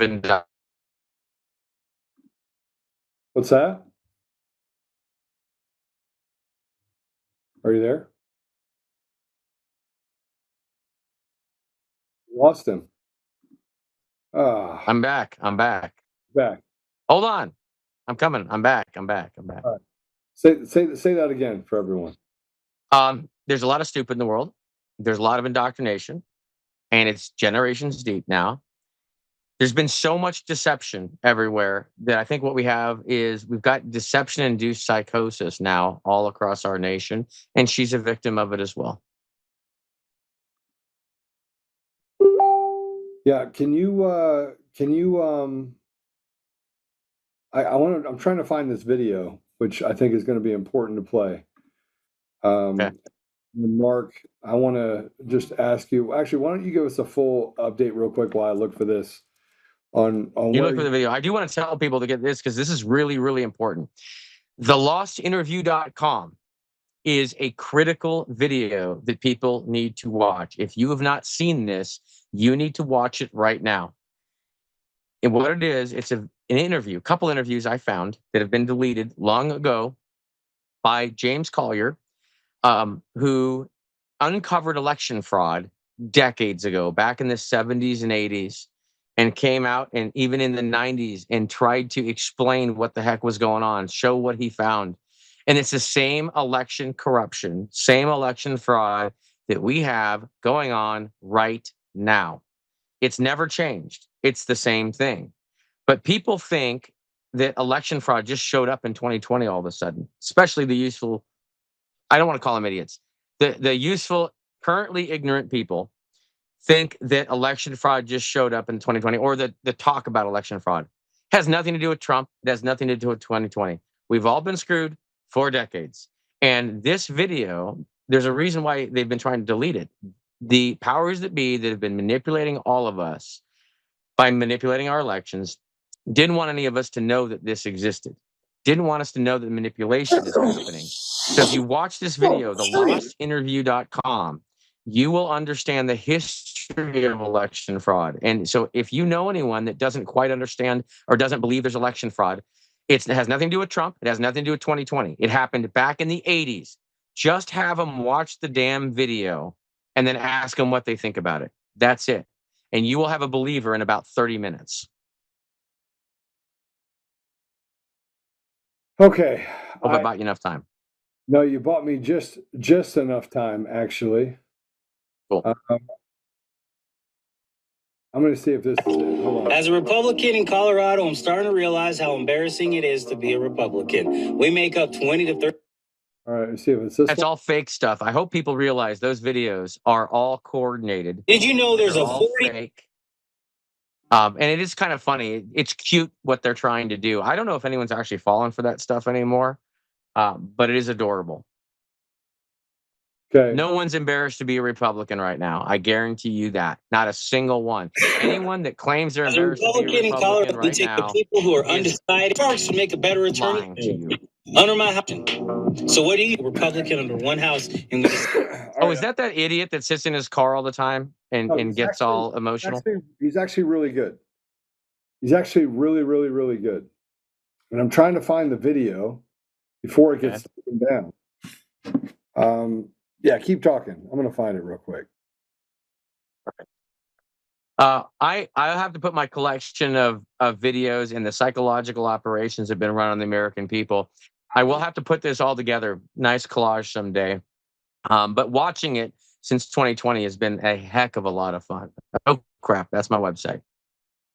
What do we got? Hopefully there's good stuff on here. Okay. I can keep talking about it.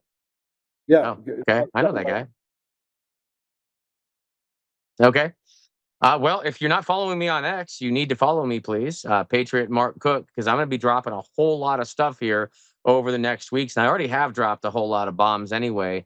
And a lot more is coming as I go through these internal Sequoia documents. And I've been researching this stuff for 5 years, nonstop. I've been county by county by county. I've gone to other states. I've gone to other countries. And I've gained a lot of information and knowledge about how this whole system works and the people involved in all of it. And I'm just going to start putting it all out there because the clock's ticking. We're running out of time. People have to know what's up. And the Overton window has shifted enough now that I think I can now introduce this stuff and people will actually understand it. They're ready for it. They've got an appetite for it. And it's ready to come out. So I'm going to be very excited to start putting it all out. Did you find it yet? I did find it, guys. I sent it over to you in the video. I really want to play this, and listen. Let me explain to you, if I can, really quickly, how I feel about all the things that we're dealing with right now. Okay. Related to Victor Marks specifically, and then we're going to close out. Right? Who propped up Victor Marks? Who brought in this guy, Victor Marks? Who brought him up? I actually don't know. I saw him speak a little bit. And I was like, oh, this guy looks really polished. But that's all I know. Super polished, won't show up to a debate, and tells everyone that he's the candidate to beat. He needs to be the governor. I mean, he is I don't even understand I don't understand what's happening. I feel like it's the Pied Piper leading us off a cliff. Right? I hope the machine didn't choose him, and I hope the machine is not behind him. It did, though. It did actually choose him. I'm not gonna. I'll let you say that. I'm not gonna say it yet. People that are behind him it's unbelievable. Look, if Bill Owens gets behind you and this machine gets behind you, and you start actually propping up these influencers everywhere in order to make Victor Marks the actual guy, we got a problem. And Mike Flynn did a endorsement of him, and I'm thinking to myself. And then they have President Trump trying to do an endorsement of him. 80% or more of his Facebook followers it's a sock puppet account. It's got 1.9 million. Really? Wow. Mark, go look at it. You're a tech guy. Okay. Go look at his account. 1.9, he has less than 200. It'll probably look a lot like Scott Pressler's account. It's 1.7 million sock puppet account. I mean, they're non-existent. And I was able to examine that. Secondly, his likes are manufactured by a company. Well, there's only two companies that I know. Reputation management. They're manufactured. They're fake. Yep. They're fake. Yep. So what he's doing is trying to make it look like he has all this, go get all these endorsements from all these people. Bro, this is the guy that talked about cutting someone up into pieces at 5 years old and feeding it to the alligators. And at 7 years old was told he could go shoot someone in his backyard, who made up stories, like crazy stories, and he made them up, who came out of nowhere in Colorado to say, okay, I'm going to go be the governor. When people come out of nowhere, it makes me suspect. And I'll tell you what, I contacted every other candidate that I could think of to make sure they understood what happened with Tina Peters. And everyone I contacted reached right back out to me. They called me, they set up a meeting. I went down, I spent hours with a lot of them, going over all of it, going over all the details. They were very interested. They were genuine. But Victor, I can't get a call back from him for some reason. I can't figure it out. I wish he'd call me. Victor, why haven't you called me yet? Why haven't we sat down to go over this stuff? It's really critical. I mean, if you're looking to run for governor of Colorado, you would think you'd want to understand what happened with one of the most important critical issues of Colorado in your campaign, but not even a phone call. It's just, I don't understand it. It's just weird. I think other people might start wondering also. I think that's a good point. And frankly, I think that it's pretty scary. Just the thought of it is pretty scary. I don't get scared very easily. What's that? I don't get scared. I'm done being scared. I was scared back in, first part of like 2020, the last part of 2020, early part of 2021. And now I just don't give a fuck. I'm gonna have to agree with you. Let's go ahead and play this video real quick. So Victor Marks made an agreement. He was going to debate Scott Bottoms and Greg Lopez on Saturday, the 31st. But yeah, he canceled that agreement and decided he's not going to show up. And he left this big chat GPT message basically saying that he doesn't believe in debates and he thinks that they're ridiculous. And so I think that if you can't show up to a debate to prove that you have the temperament to be governor, to prove that you have the knowledge, the wisdom, and everything else that comes with being governor, I believe that you should not be governor. And also, he decided to use his family as a shield as well. Well, listen, if you have so much going on with your family, then you cannot be governor. The thing that a governor needs to do is show up, but also people need to understand that there's no governor in the United States of America that manages less than $4 billion. I care more about our education system. I care more about the increase in taxes. I care more about the infrastructure. I care more about the problems associated with Colorado than having to worry about where on earth is Victor Marks. Do you understand that? If you're voting for Victor Marks, you don't even know what you're voting for because you can't show up to a debate. And I don't mean this to be rude. I don't mean this to be mean. I do not want to tear down a man. That is not my style. But you have to look at things in a realistic perspective and say, this gentleman claims to have gone to different countries to rescue people in countries that are very, very not safe. And now we're here in Colorado and you're scared, you're worried. You have a bodyguard that carries around a briefcase with a submachine, whatever, crazy weapon, and you're scared? That to me just tells me that you have no idea what you're doing. And that also tells me that, you know what, this is a big red flag. I can't support you. I don't understand why other people would support you. But guess what? If you can't show up to a simple debate, but yet you've gone to all these countries and done all this crazy stuff, there's something seriously wrong. And guess what? To me, that just says you're unfit. You're unfit, you're unsat, and this is not a good decision and it's not a good look for you. But more importantly, you're not going to be governor. There's no independent that's going to vote for someone who's inconsistent and is scared to show up to a fight. You think you're going to get the Black and Latino votes to vote for you and you can't even show up to a fight? That's never going to happen.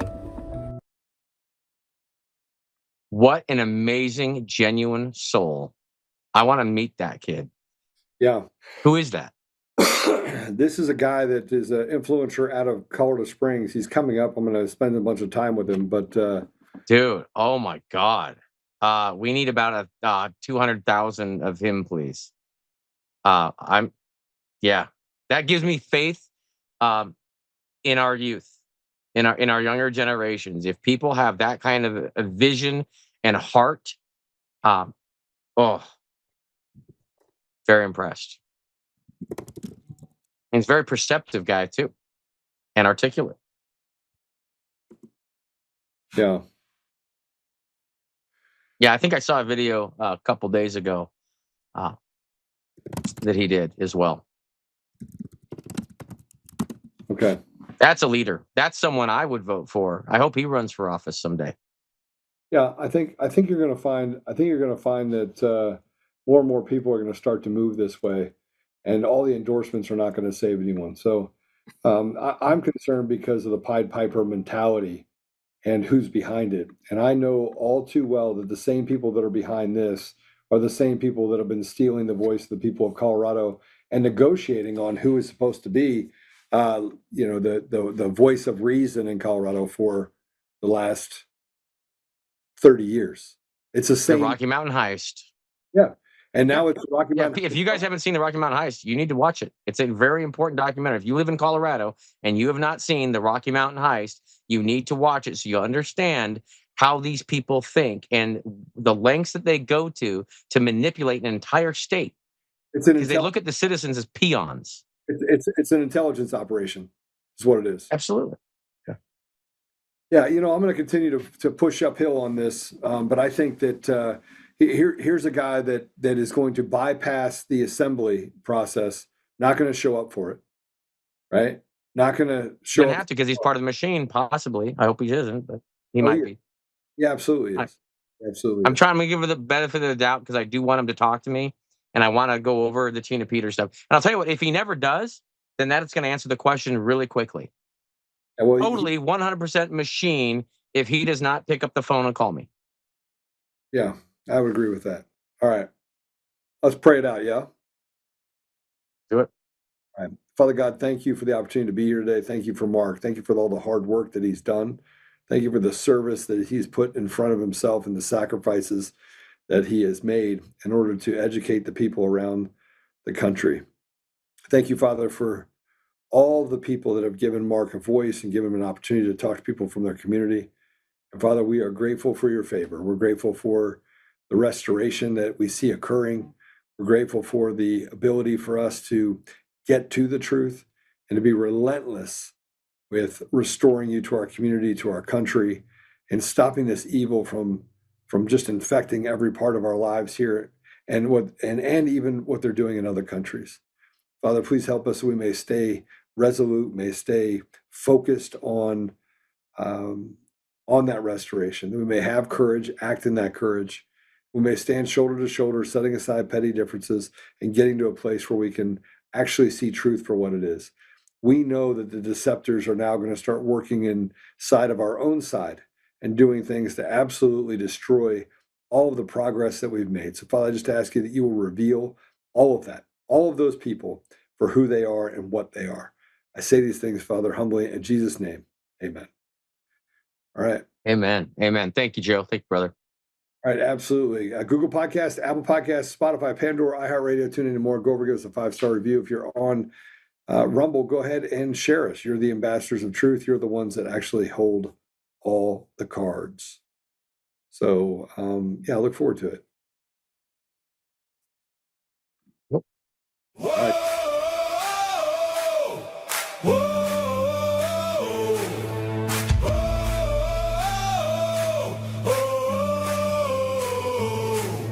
Rising from the fight for the forgotten and the free, exposing rigged machines, Coomer's lies, Dominion's deceit, pays $1,000 each day, shielding truth from corrupt halls, but he won't back down, standing tall through it all. Hart and Tina Peters break the chains that bind her tight, hand count votes and one day bring the fraud to light. No more mailing scams, no machines to steal the night. Restore the people's voice, make Colorado right.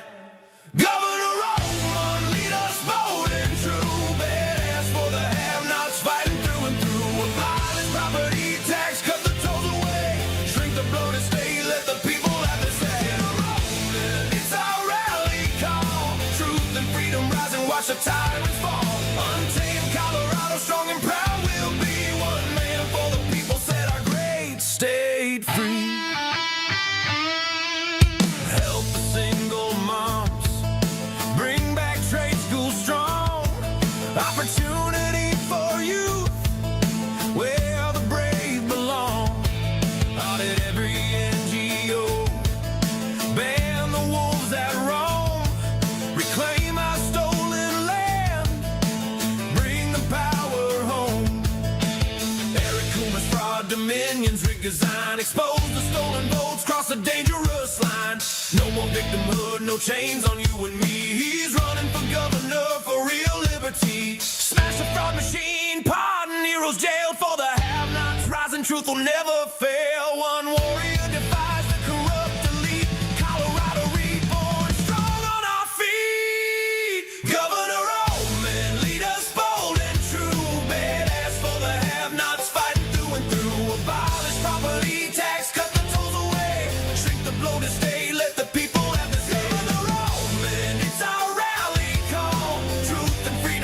watch the tyrants fall. Untamed Colorado, strong and proud, we'll be one man for the people, set our great state free.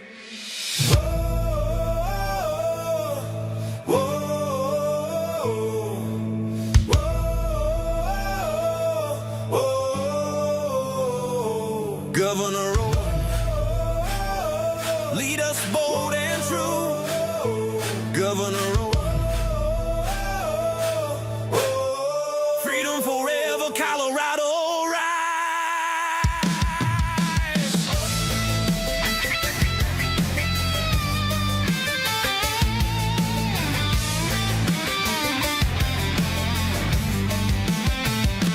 Governor Rowe, Governor Rowe, Governor Rowe, Governor Rowe, Governor Rowe, Governor Rowe.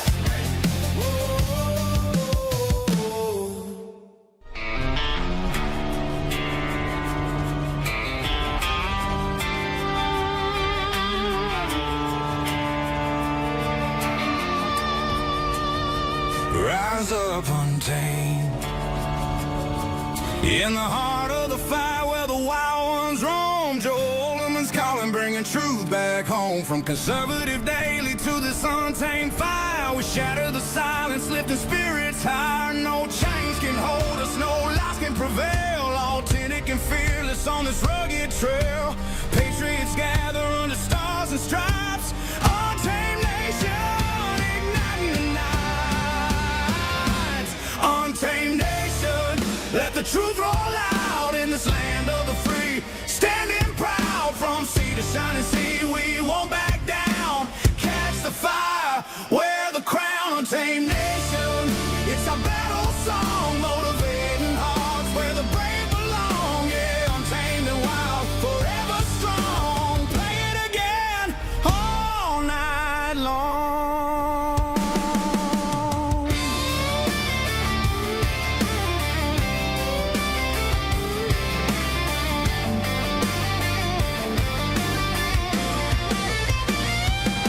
Break the mold, chase the real. No more games, time to heal. Joe's voice leads the untamed crew. Truth matters through and through. Untamed nation, let the truth roll out in this land of the free. Standing proud from sea to shining sea, we won't back down. Catch the fire, wear the crown. Tame nation, it's our battle song, motivating hearts where the brave belong. Yeah, untamed and wild, forever